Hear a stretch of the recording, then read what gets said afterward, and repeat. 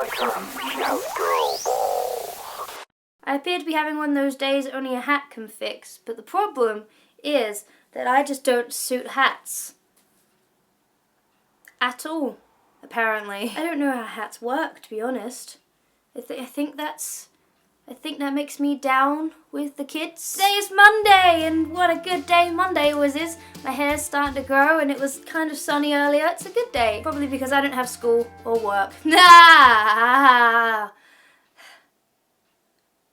Tried to do a bragging laugh, but my bragging laugh is just embarrassing, so you win. I think there comes a time in every parent-teenager relationship where you just piss off your parents.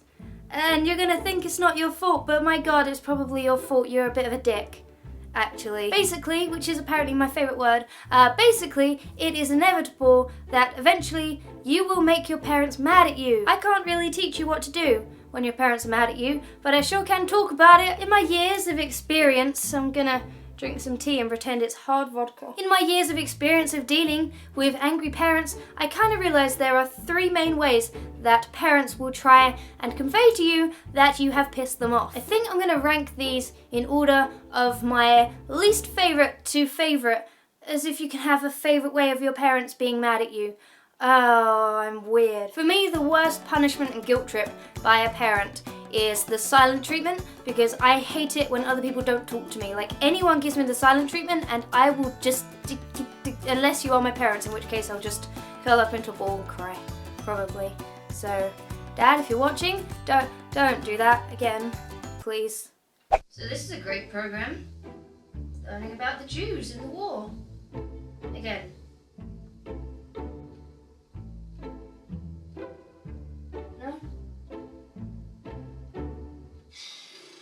Just tell me why you're mad at me, and then I can pretend to apologise and we can move on from it. End of topic. But no, you're gonna draw it out and just ignore me and blank me when I'm in the house. I'm your child. You're supposed to love me unconditionally, even when I'm a complete annoying twat. Guilt trip method number 2 is definitely just outright yelling. That doesn't solve anything. It just sounds horrible.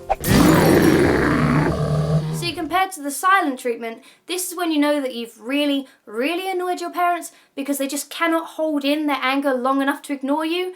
It's beautiful and therapeutic, but it hurts my ears. So don't shout at your kids. If you have kids, it hurts us. Method number 3 is by far the weirdest one, because it's kind of a mix of showing your anger and not. It is when people are passive aggressive. So they will give you your dinner, but they'll essentially throw it at you. Or they will say you can have a bath, but they'll get in the bath before you and steal all the hot water. That makes it sound like I live in the 1940s, where we don't have a boiler, we just have a kettle. No. This isn't high school, so no. You're not Regina George. Stop. Thanks! A little bit unrelated, one of the things that I really hate when you've done something to fuck up and you've told your parents is when they say to you, I'm not even mad, I'm just really disappointed in you. Oh. You know, you haven't let me down, you've let yourself down. It's just downright mean. You're just trying to make me feel like poop, even though there's nothing I can do to change what I obviously did. Like, let the cat out, or... I don't even have a cat. I used to. It died. I think.